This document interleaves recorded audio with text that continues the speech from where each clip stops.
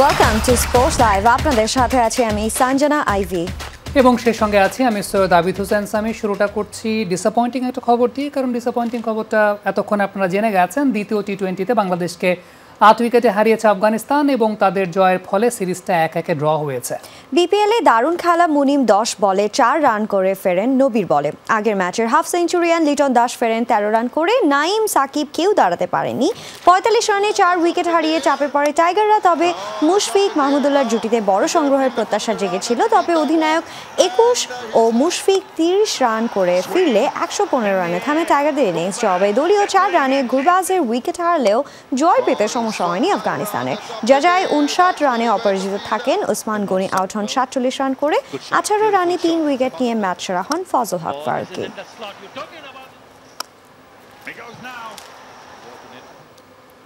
সমস্যার জায়গাটা হচ্ছে যে আসলে হার জিত তো খেলার মধ্যেই থাকে, কিন্তু হারাটা আসলে কোনভাবে একটা দল হারছে সেটাই মূলত দেখার বিষয়। এবং দলের হারটা মূলত নয়, সেক্ষেত্রে ক্রিকেটারদের বডি ল্যাঙ্গুয়েজ নিয়ে আপত্তি তুলেছেন বিসিবি সভাপতি নাজমুল হাসান পাপন। সহজ ক্যাচ ছাড়া নিয়েও তিনি মন্তব্য করেছেন। সেই সাথে বিপিএল বিশ্বের 5 থেকে 6 নম্বর টুর্নামেন্ট। সাকিবের এমন মতের সাথে একমত বলে জানিয়েছেন তিনি। একটা ক্রিকেট প্লেয়ার একটা সিম্পল ক্যাচ ধরতে পারবে, এটাই হলো এটা তার এটা সবাই অ্যাকসেপ্ট করে নেয়। এটার জন্য তার কোচেকে এটার মধ্যে জড়ানো বা ম্যানেজমেন্টকে জড়ানো ইজ ইউজলেস আমি মনে করি। এটা ওকে আমার মনে হয় ওদেরকে আরো আজকের খেলাটা যদি দেখেন, ব্যাটিং থেকে প্রথম থেকে শুরু করে ব্যাটিং বোলিং ফিল্ডিং, আমার পার্সোনালি মনে হয়েছে ওই যে জেতার মতো ফার্স্ট ম্যাচটাতে যেই স্পিরিট নিয়ে তারা নেমেছিল, যেই কনসেন্ট্রেশনটা ছিল, যে ইন্টেন্সিটিটা ছিল, আজকের ম্যাচে সেটা মনে হয়নি। আমি যতটুকু জানি যে এখন পর্যন্ত যত জায়গায় খেলা হয়েছে এতদিন পর্যন্ত, আইপিএল, বিগ ব্যাশ, আমাদেরটা, এই তিনটেই আমি সবসময় নাম শুনি, সে ছাড়া আমি কোনো নাম শুনি নেই কোথাও। অনেকগুলো বিষয় নিয়ে আসলে মূলত বিসিবি সভাপতি কথা বলেছেন। তবে মূলত যে বিষয়টা ছিল তা হচ্ছে বডি ল্যাঙ্গুয়েজের জায়গাটা। ব্যাপারটা আর একটু ক্ল্যারিফাই হতে চাই আমরা। আমাদের সঙ্গে যুক্ত হচ্ছেন এই মুহূর্তে তাহমিদ অমিত, আমাদের সহকর্মী। অমিত, বিসিবি সভাপতি ক্রিকেটারদের বডি ল্যাঙ্গুয়েজ নিয়ে কথা বলেছেন, এটা কি মূলত আসলে সিনিয়র ক্রিকেটারদের উপর তীরটা তিনি ছুঁড়েছেন?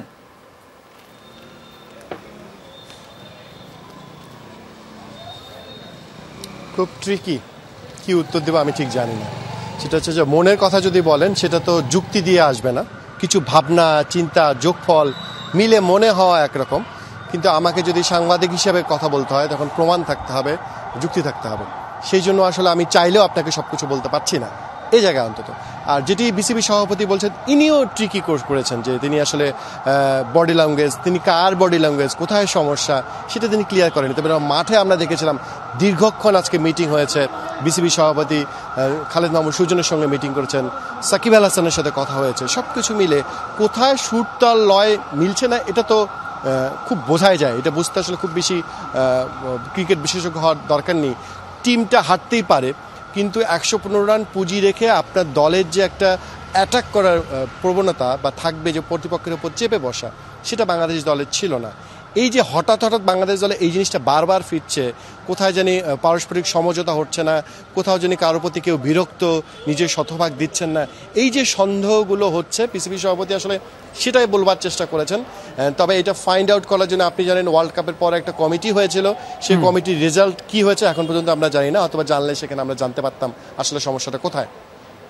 অমিত, অলরেডি কিন্তু বাংলাদেশের থেকে কয়েক ধাপ এগিয়েই আছে আফগানিস্তান। তারপরও এই বাংলাদেশের এই পরাজয়টা সাধারণ মানুষ থেকে শুরু করে বোর্ড কর্মকর্তারা কেউই কিন্তু মেনে নিতে পারছে না। এর কারণটা আপনার কাছে কি মনে হয়?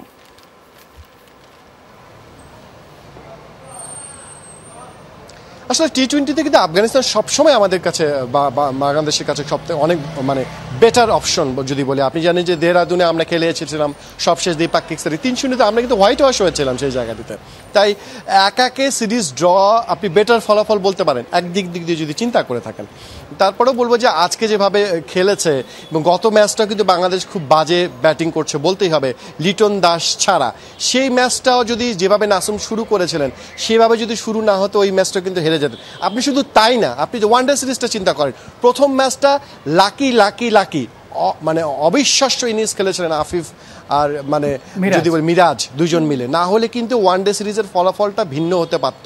তাই পুরো সিরিজে লিটন দাসকে বাদ দিয়ে কিন্তু বাংলাদেশের যে অতীতের সংকটটা সেটা কিন্তু রয়ে গেছে, এবং বিসিবি যে পুরো জিনিসটা বুঝতেছে না তা না, তারাও বুঝতে পেরেছে যে আসলে দলের মধ্যে সমস্যা আছে, ব্যাটিংয়ের সমস্যা আছে, এর থেকে উত্তরণের পথ তারা খোঁজার চেষ্টা করছেন। দেখা যাক শেষ পর্যন্ত কি হয়। সিরিজটা 1-1 ড্র হলো, মেন্টাল অ্যাডভান্টেজটা অবশ্যই আফগানিস্তান পেয়েছে। আমাদের হাতে একটা রিপোর্ট আছে, সেই বিষয়টা নিয়ে আমরা রিপোর্টটা দেখে তারপর অমিতের সঙ্গে ডিসকাশনে ফিরবো। বাংলাদেশ আফগানিস্তান টি-20 সিরিজে ম্যান অফ দ্য সিরিজ হয়েছেন আফগান বাঁহাতি পেসার ফজল হক ফারুকি। ওয়ানডে সিরিজের প্রথম ম্যাচে 4 উইকেটের ঝলক দেখানোর পর টি-20 সিরিজে তিনি ছিলেন যথেষ্ট ধারাবাহিক। ব্যক্তিগত লড়াইয়ে ঘরের মাঠে এই প্রথম কোনো বাঁহাতি পেসার ছিলেন মুস্তাফিজের থেকেও ধারাবাহিক। তিনি টেক্কা দিয়েছেন কাটার মাস্টারকে।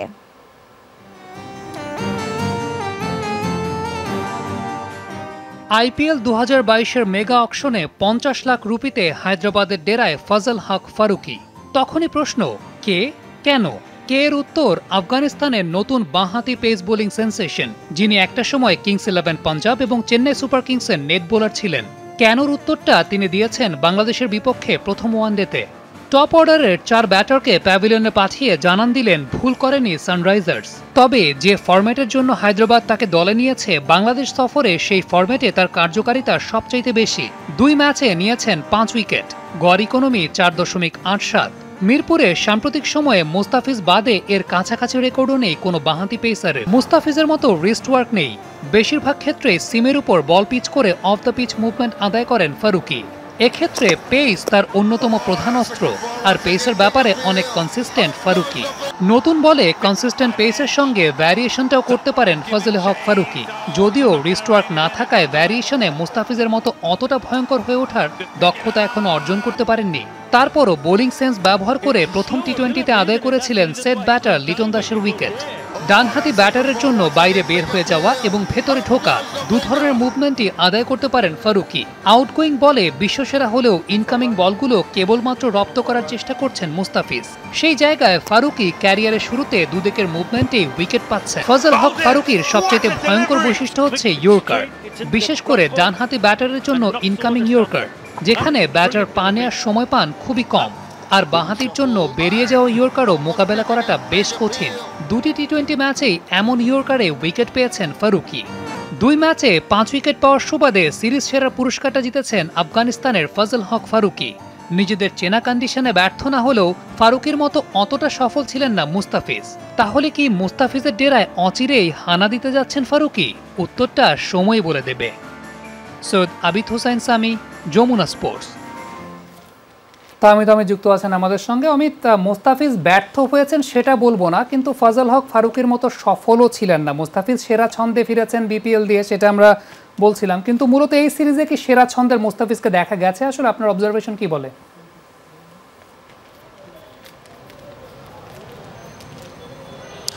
মুস্তাফিজ সেরা সন্দেহ ছিলেন না, এটা তো বোঝাই যায়। উইকেটটাও একটা ব্যাপার ছিল। আমরা জানি স্পিনিং ট্র্যাকে মুস্তাফিজ একটু বেশি ভালো খেলেন, সেটা তো আমরা মোটামুটি সবাই জানি।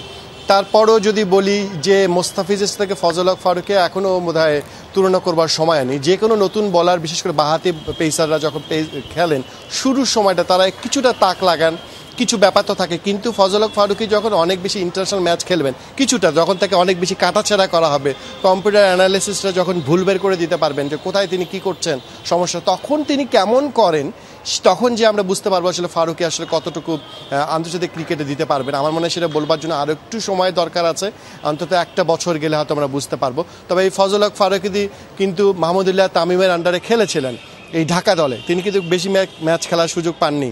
এবং তামিম ইকবাল এই সিরিজ শুরু হওয়ার আগে আমাদের প্রেস বক্সে এসেছিলেন, তিনি কিন্তু বারবার বলছেন ফারুকি দলে আছে না, ওদের দলে কি আছে আফগানিস্তান দলে, অর্থাৎ ফারুকির যে ইনসুইংয়ের কথা বলছেন বা ইয়র্কার বলছেন, নিচু হয়ে আসছে বল ঢুকছিল, সেই বলগুলোতে একটু সমস্যা বোধহয় তারা নেটে ফেস করেছিলেন।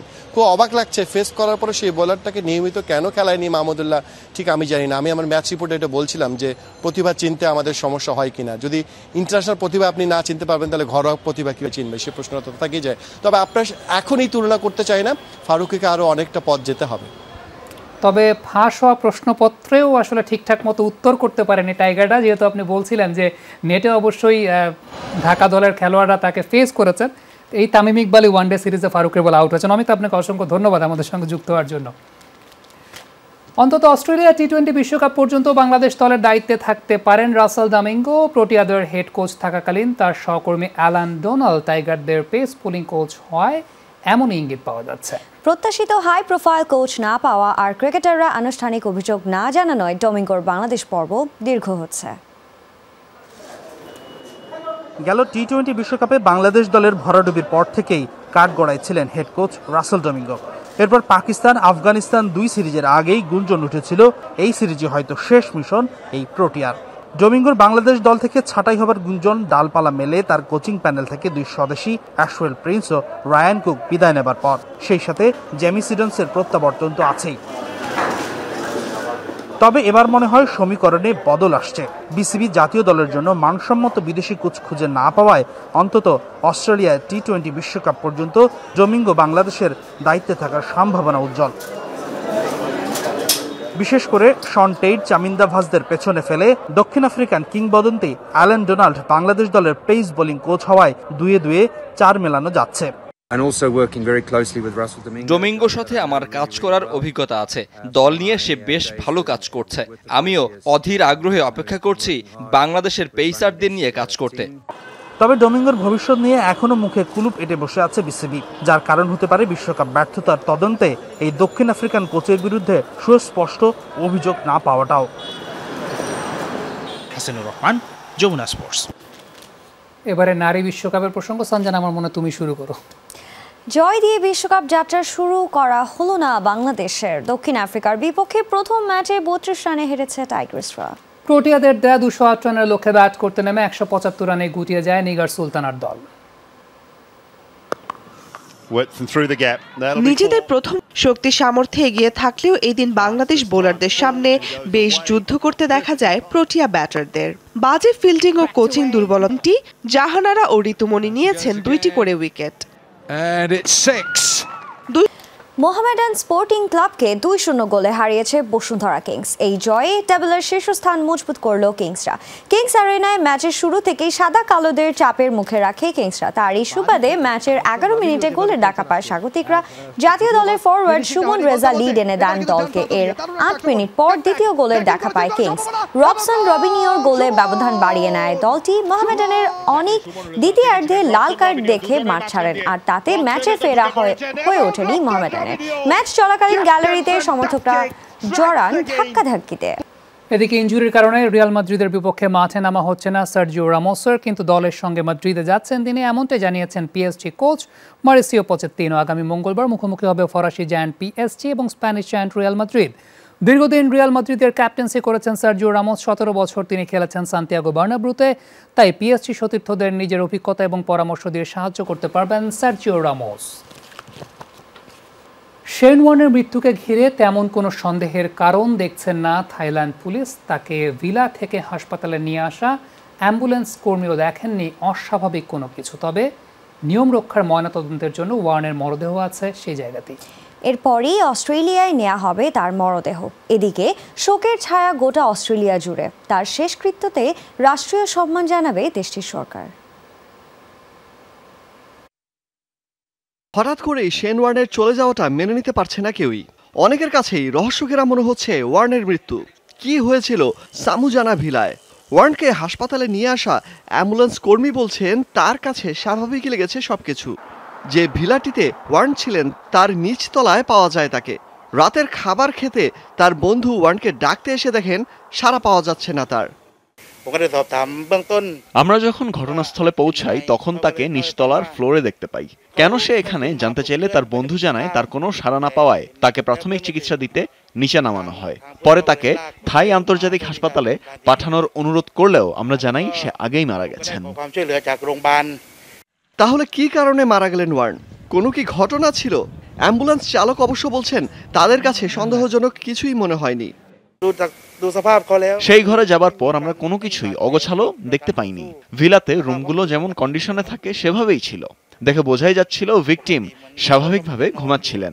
রুমের এয়ার কন্ডিশনারও ছিল স্বাভাবিক অবস্থায়। থাই পুলিশও জানিয়েছে এই ঘটনা তাদের কাছে সন্দেহজনক লাগছে না। তারপরও নিয়ম রক্ষার্থে ওয়ার্নের দেহ নেওয়া হয়েছে ময়না তদন্তের জন্য। এদিকে অস্ট্রেলিয়ার সরকার ওয়ার্নকে রাষ্ট্রীয় সম্মান দেবে তার শেষকৃত্যের সময়। এরই মধ্যে মেলবোর্ন স্টেডিয়ামে ওয়ার্নের স্ট্যাচুর সামনে ফুল দিয়ে শোক জানাচ্ছে তার ভক্তরা।